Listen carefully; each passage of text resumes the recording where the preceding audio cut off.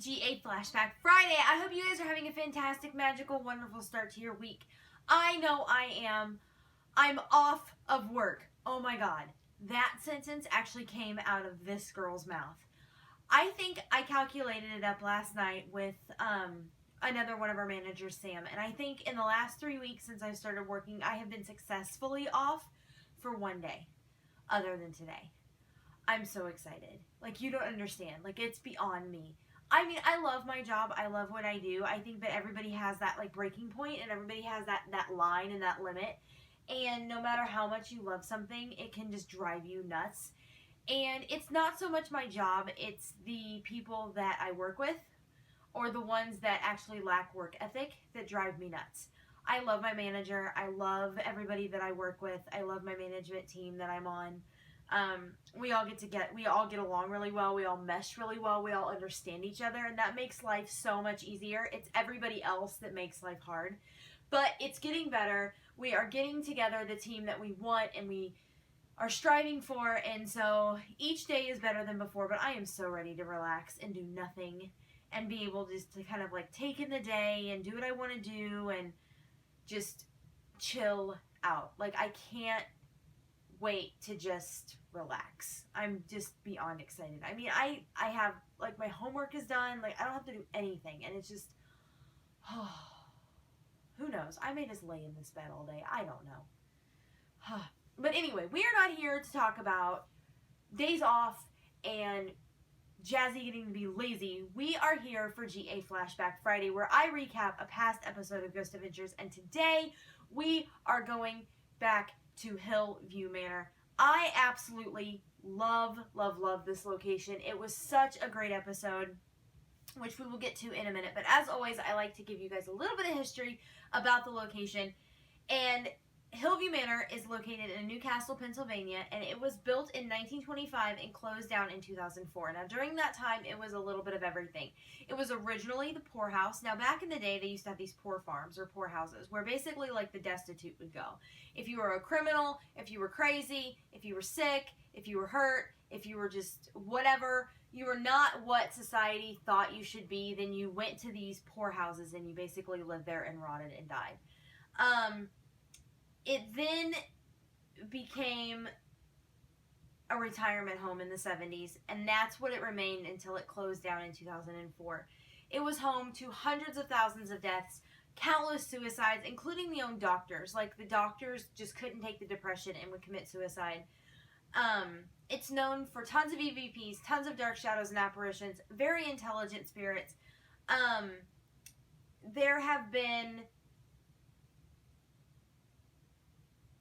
human bones, beginning in the 70s, human bones began to turn up in the grasses behind the building, where the animals, dogs, and such were digging up from just unmarked graves. And it's so sad, because that just means that those people didn't have a proper burial. I mean, if they had a proper burial, they'd be in a casket in a vault, they'd be sealed and marked, and they wouldn't just be thrown away. Prior to lockdown, something funny that I really enjoyed, and something funny that happened on this episode, is that there's actually a golf course behind where Hillview Manor used to be, and the cemetery that Hillview Manor used, actually the golf course used some of that to build their greens. So, like, there's bodies on top of this golf course, and the guys kind of jokingly said, well, wouldn't it be fun to, like, play haunted golf? So they all dressed up in, like, khaki pants and freaking, like, button-down polo shirts, which was hysterical to me, because how do we see the GAC? Where they're always in black, they're always ready for an investigation, you know, they're always kind of like in darker clothes, and here they're like in yellow and pink and freaking orange striped polos. It cracks me up. Like, it was beyond me. It was so funny to watch. None of them could play golf to save their life. I suck at golf. Like, I'm terrible. I suck at mini golf. Like, I love playing miniature golf, but I suck at it. But it was just so much fun to watch them kind of cut up and cut loose a little bit and just relax right before lockdown. And just kind of like allow us to see a different side of them that we don't always see. I mean, they did a lot of cutting up in this episode before lockdown. During walkthrough and stuff especially, they were joking around with the people that they were interviewing with, and it was just really fun to see that they take their job very seriously, and they take what they do very seriously, but they're not afraid to have fun doing it, which is just awesome. But going into lockdown, the guys are setting up their equipment, and they begin to have a series of events that happen that kind of slowly leads them to where they start lockdown, which is the chapel. Prior to that, they had heard a noise that kind of led them out of their base camp, because back then they really didn't have Nerve Center like they do now. It was just the three of them, and they just didn't do Nerve Center yet. They did it a couple of times, but nothing like real hardcore, I guess, like they do now. But they lead back, they kind of get led out of their base camp, and they end up in the chapel, which is kind of where they start lockdown. And in there, they get a couple of EVPs that say, get out of the room and get the guy, or get that guy. And then they go to Jim's room. Jim is a spirit that a lot of people have had contact with, and a lot of people knew him. He was kind of one of the last people in the building before it shut down. And they had gotten an EVP earlier in the day that said, I'm Jim. And so they were like, hey, Jim, what color are your pants? And they get an intelligent response that said blue.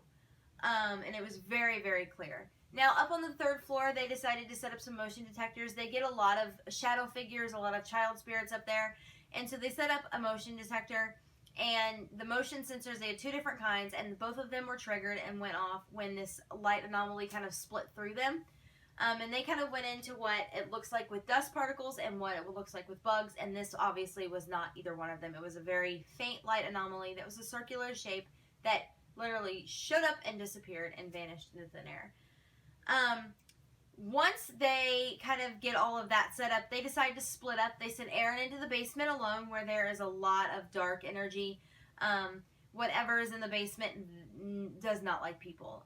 Also in the basement, there's tons of personal belongings that was kind of left over from the residents that live there. I mean, we're talking pictures and memorabilia and suitcases and clothes and tons of trigger objects. And for those of you who don't know what a trigger object is an item that is used that is like sentimental to the location or has a pronounced effect on the location, that is used during an investigation to try to trigger a spirit, because they're going to feel comfortable with those objects.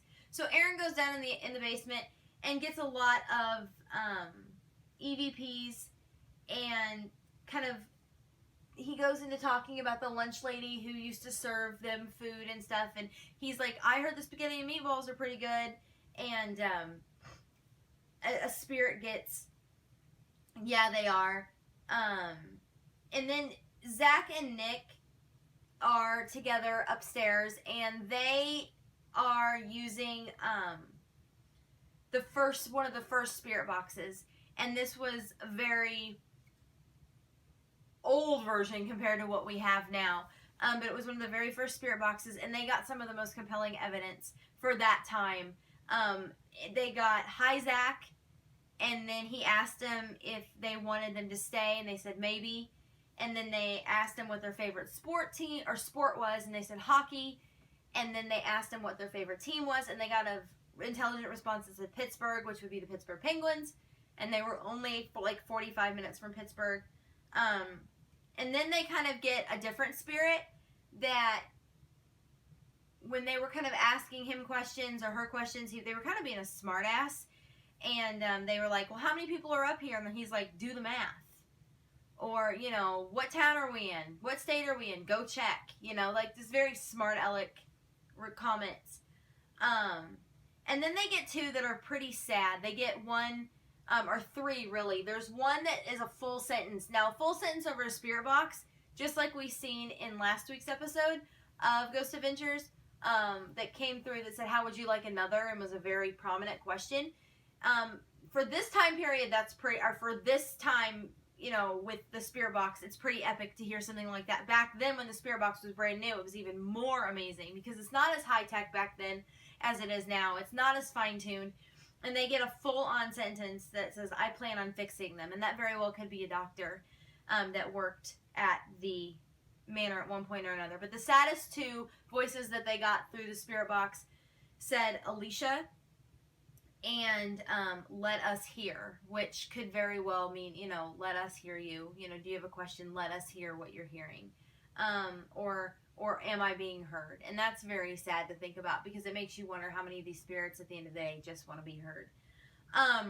They kind of closed down lockdown using the PX device. The PX device is one of the first pieces of paranormal equipment that was created by Bill Chappell, who is now the GAC's paranormal engineer.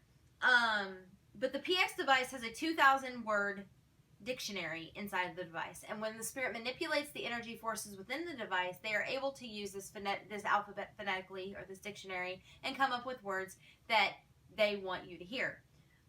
Every one of the words that came out of the PX device at the last part of lockdown is significant to the location. So they get in a jail, or suffer in a jail, hurry, run, happier, Nick, and East Highway. And then they get sorry at the end.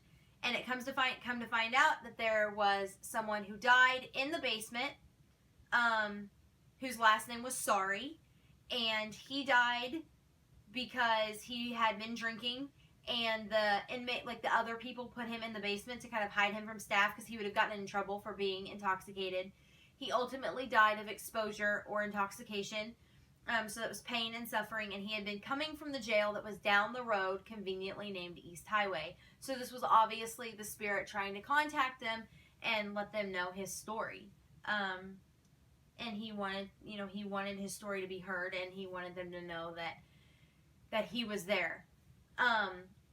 Overall, I love Hillview Manor. I think it's a great location. I think that there's a lot of history there. These places are always sad. These poor houses, these poor farms, these criminally insane homes that ultimately become hospitals and flop houses and, retirement homes are just all full of sadness. And it's really hard to always kind of watch that kind of thing because we can all relate to the elderly. We all have elderly parents or elderly grandparents or both. And, we all know that we may be faced with a point or time where we have to make that decision and put our family member in a home that they can be cared for so that they're safe. But back in those days, they weren't always safe there, and a lot of times they've met these really gruesome, untimely deaths, and it was just really hard to comprehend. But I love these locations because they're always insanely freaking haunted. But that is all I have for GA Flashback Friday. I will be back on Monday for GA Recap Monday, where I will recap the newest episode of Ghost Adventures from over the weekend. Until then, stay happy, stay healthy, have a fantastic, amazing weekend. Much love, guys.